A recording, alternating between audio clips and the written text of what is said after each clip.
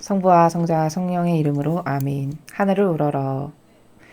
사랑할 하나님 아버지 뜻 안에서 스승이신 예수님과 도움이신 성령님과 사랑할 성모님과 성요셉 아버지와 성미카엘 대천사와 하늘의 모든 거룩한 천사들과 성인들의 전구를 청하며 기도드립니다. 사랑할 아버지, 오늘도 예수님과 어머니의 그 정신과 가르침과 모범에 완벽하게 용해되어 보내지 못했던 여백의 많은 순간순간들을 회개하고 뉘우치고 반성합니다. 또 루이사 피카레타처럼 예수님과 완전히 하나 되고 용해되어 저희 안에서 예수님과 어머니께서 모든 일을 다 이루시는 그런 구현을 저희가 하루빨리 이룰 수 있도록 예수님과 어머니께 그렇게 될 수 있는 은총을 청원드리오니 자비를 베풀어 주시옵소서. 또한 이 강의를 듣는 아버지께 속한 많은 선의 자녀들이 이 진리의 말씀을 통해 영안이 열리고 뚫려서 세상에 존재하는 교묘하고 유려한 선과 악의 모든 마귀들을 잘 분별하고 깨달아 올바르게 하나 될 수 있는 은총으로 축복하여 주시옵소서.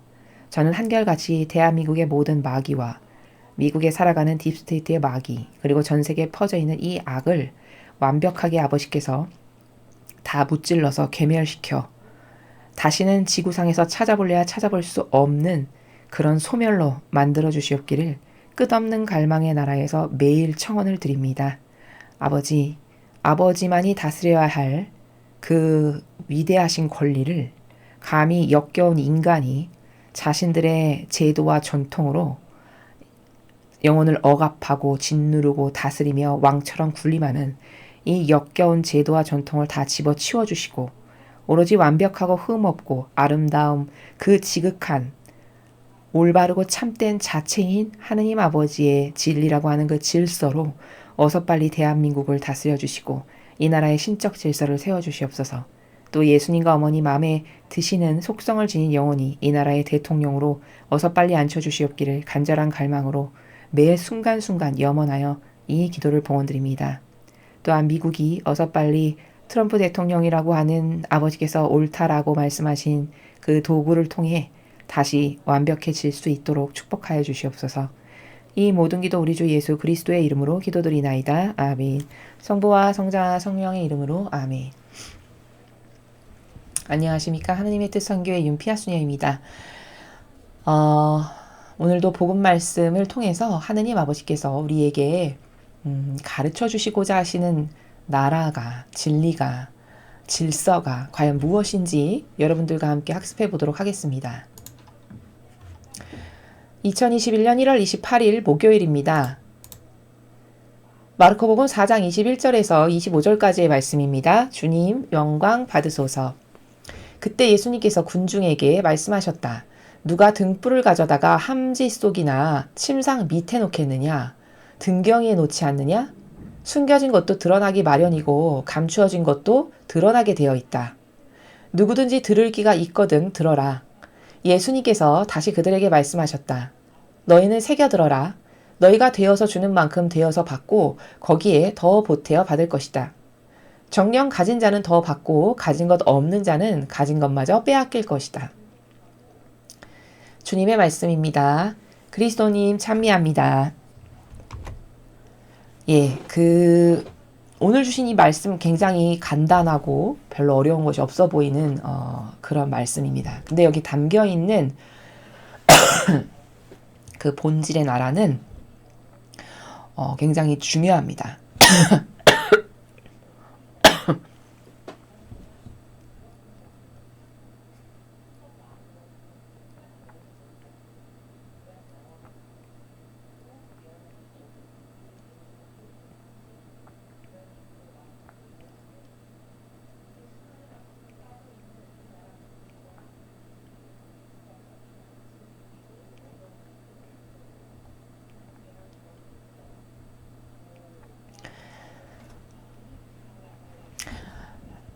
이 복음의 말씀을 잘 이해하려면 21절에 등불이 무엇인지를 알아야 됩니다. 등불. 자, 여러분 등불의 그 본래 역할이 뭡니까? 어두운 것을 이렇게 밝혀서 무엇이 있는지를 분별할 수 있게끔 하는 역할이 등불이죠. 그러니까 진실을 보게 하는 겁니다. 등불이라는 것이. 그러면 그 등불이라고 하는 것이 쓰임받는 역할이라는 것이 진실을 보게 하는 역할인데, 그 등불이라는 것을 사람이 침상에 놓거나 어디 숨겨 놓겠냐, 함지 속에. 당연히 원래 있어야 될 위치인 등경위에 놓고 어두운 곳을 이렇게 비추면서 쓰지 않겠냐, 이 말씀을 하시죠. 저 말씀의 나라가 뭐냐면, 결국에는 그 어두운 곳을 밝히는 등불이 제 역할에 쓰임을 받을 때가 온다는 거예요. 여기 말씀하시는 내용이. 그 등불이라고 하는 그 본연의 속성이 가지고 있는 그 제 역할을 발휘할 수 있는 곳에 쓰일 날이 있다는 거거든요. 그러면 이 말은 무슨 뜻이냐면, 자, 예를 들어 어떤 사람이, 예를 들어 저희의 강의를 들으시는 구독자분들께서 나는 진리가 너무 좋아, 이런 진실과 사실을 듣는 게 너무, 이런 걸 들을 때마다 기쁘고 행복하고 너무 말씀 오늘은 어떤 거 하실까 기다려지고 막 이런다. 그러면 여러분에게는 그렇게 진리를 좋아하는 마음이 들고 기다려지고 고대하고 이거 무슨 뜻일까 궁금하고 이런 마음을 갖게 하시는 것도 하느님이시잖아요. 하느님 아버지의 뜻이 그렇게 그런 마음을 갖게끔 만드시는 거잖아요. 그럼 그 아버지의 뜻을 비추어 봤을 때 그런 영혼에게는 진리를 배워서 잘 깨달아서 나의 것으로 만들어서 나의 정신과 사고방식을 고쳐서 남도 나를 통해서 새로워지게끔 할 수 있는 등불의 역할을 했으면 하시는 의지가 아버지가 있으셔서 나에게 그런 마음이 들게 하고 진리를 좋아하게 하고 갈망하게 하고 기다려지게 하고 하는 이런 거구나 라는 것을 깨달으셔야 된다는 거예요. 자, 그러면 또 이런 경우도 있죠. 어떤 사람은 그렇게 진리를 좋아해서 진리를 듣기를 갈망하고 막 진리를 배우는 게 너무 행복하고 기쁘고 들으면 막 내 영혼이 새로워지는 것 같고 그래서 그걸로 나를 바꾸고 이러는 거에 희열을 느껴. 그러면 아버지의 뜻이 그런 쪽으로 있으시구나라는 것을 본인이 깨달으실 수 있고 그것에 더 매진하고 더 열심히 배워서 나뿐만 아니라 내 옆에 있는 나에게 다가오는 사람들도 그들 각자도 이런 각각의 다양한 등불이 될 수 있게끔 이끌어줘야 된다. 이게 올바른 정신이고 자세라는 거예요. 자, 그럼 또 어떤 사람은 이럴 수도 있어요. 나는 남에게 사랑을 베푸는 게 너무 좋아. 그냥 내가 가지고 있는 거라면 그것이 무엇이건 내가 아무리 손해가 되고 내가 많은 희생이 있어도 그 사람이 좋아지는 게 곧 나의 행복이어서 남에게 자꾸 사랑을 베풀고 이러는 게 좋아. 예를 들어. 그러면 그건 어떻게 받아들이셔야 되냐면 영혼이 나에게는 이런 달란트, 이런 속성을 아버지가 심으셨구나. 사랑으로, 의인으로서 남을 사랑하는 것에 대한 달란트, 그런 좋은 속성을 하나 아버지께서 심으셨고 그걸로 빛이 되기를 원하시는 거예요. 그럼 내가 잘할 수 있는 그것을 옆에 사람들에게 자꾸 많이 베품으로써 또 나에게서 사랑을 받은 그 사람이 또 남에게 그런 것을 베품으로써 나만 등불이 아니라 그들도 각각 이런 등불이 될 수 있게끔 하는 역할을 해야 되는 것이 이 강의를 들으시는 여러분들이 각자의 위치에서 하실 수 있는 좋은 소명이고 역할이다라는 겁니다. 또 어떤 사람은 이런 사람도 있어요. 나는 하느님이 이렇게 가지고 계시는 수많은 아름다운 속성 중에서 나는 고행과 극기를 해서 아버지께 기쁨을 드리는 게 너무 기뻐, 행복해. 그게 나의 희망이고 고행과 극기를 통해서 하느님의 말씀도 듣고 그분과 하나 되고 이런 게 너무 내 영혼이 그때 행복하고 희열을 느껴.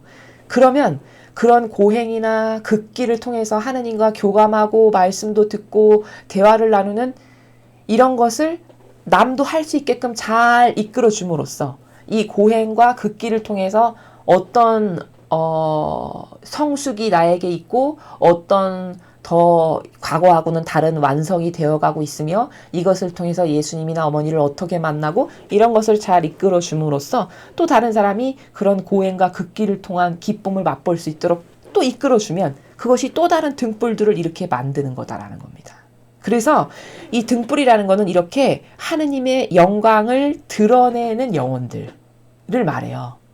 그것은 어떤 사람은 진리를 잘 가르치고 전함으로써 하느님의 영광을 드러내는 그런 달란트 영혼도 있고, 어떤 사람은 사랑을 주는 게 좋아서 자기를 희생으로 남에게 사랑을 많이 주는 것으로서 등불이 될 수도 있고, 어떤 사람은 극기와 고행을 많이 하는 것을 영예로 여기면서 예수님이 이런 극기와 고행을 하셨는데 나도 그런 극기와 고행을 드릴 수 있어서 너무 기뻐. 이걸 통해서 등불이 될 수도 있고, 또 어떤 사람은 많은 기도라는 게 꼭 앉아서 은총이 가득하신 마리아여 이것만 하는 게 기도가 아닙니다.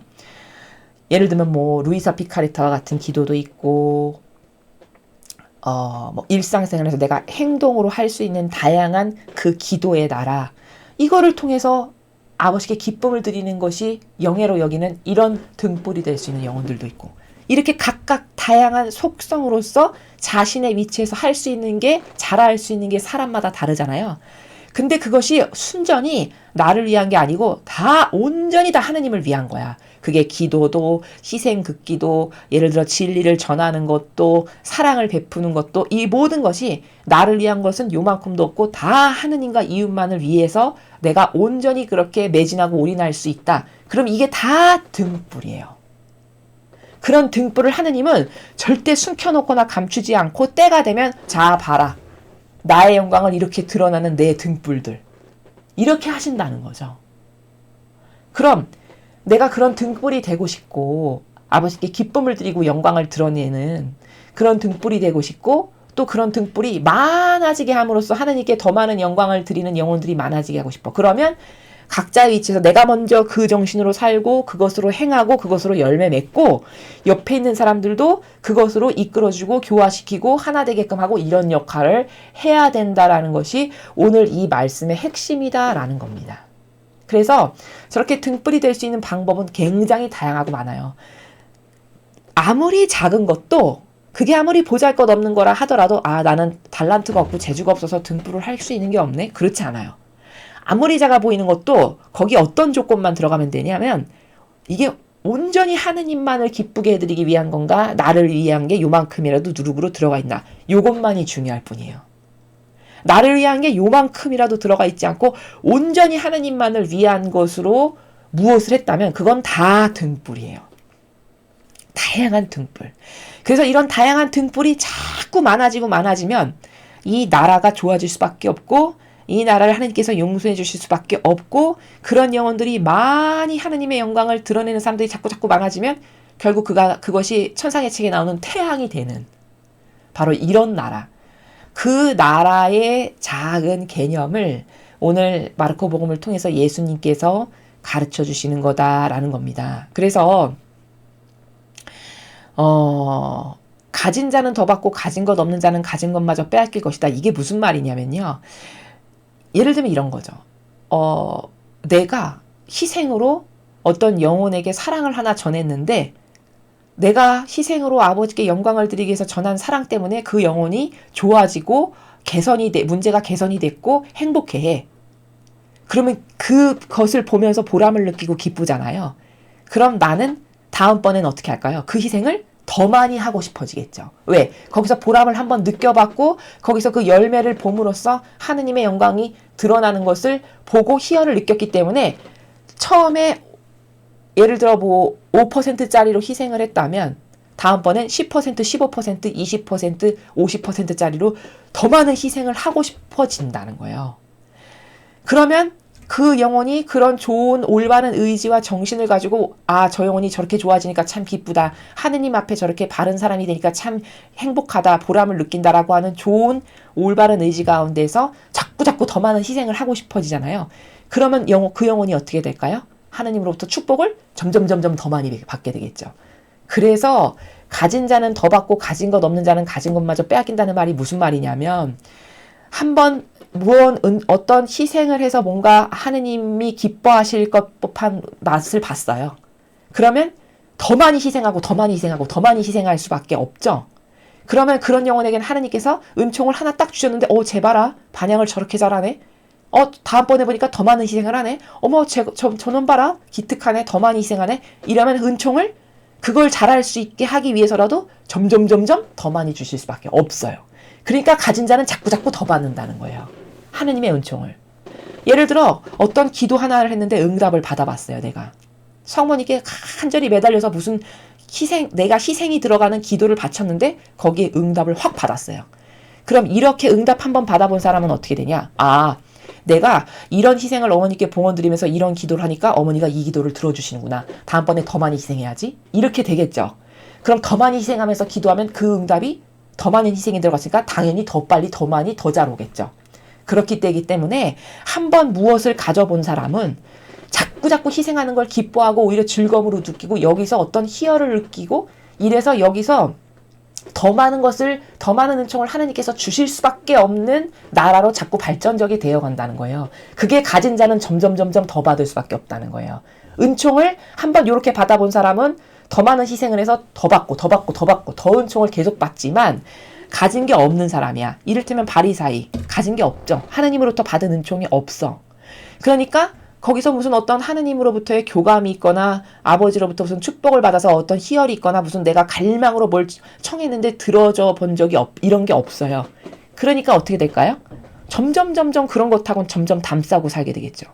그러면 어떻게 된다? 너가 가지고 있는 것마저도 빼앗아서 내가 쟤한테 주겠다. 아버지가 이런 분이세요.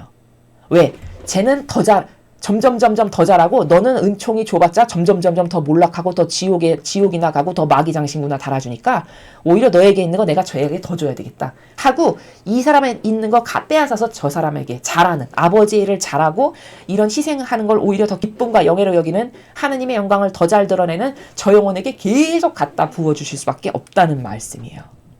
이게 하느님의 법칙이에요. 그래서 이 똑같은 법칙이 그 성경의 다른 부분에도 나오는데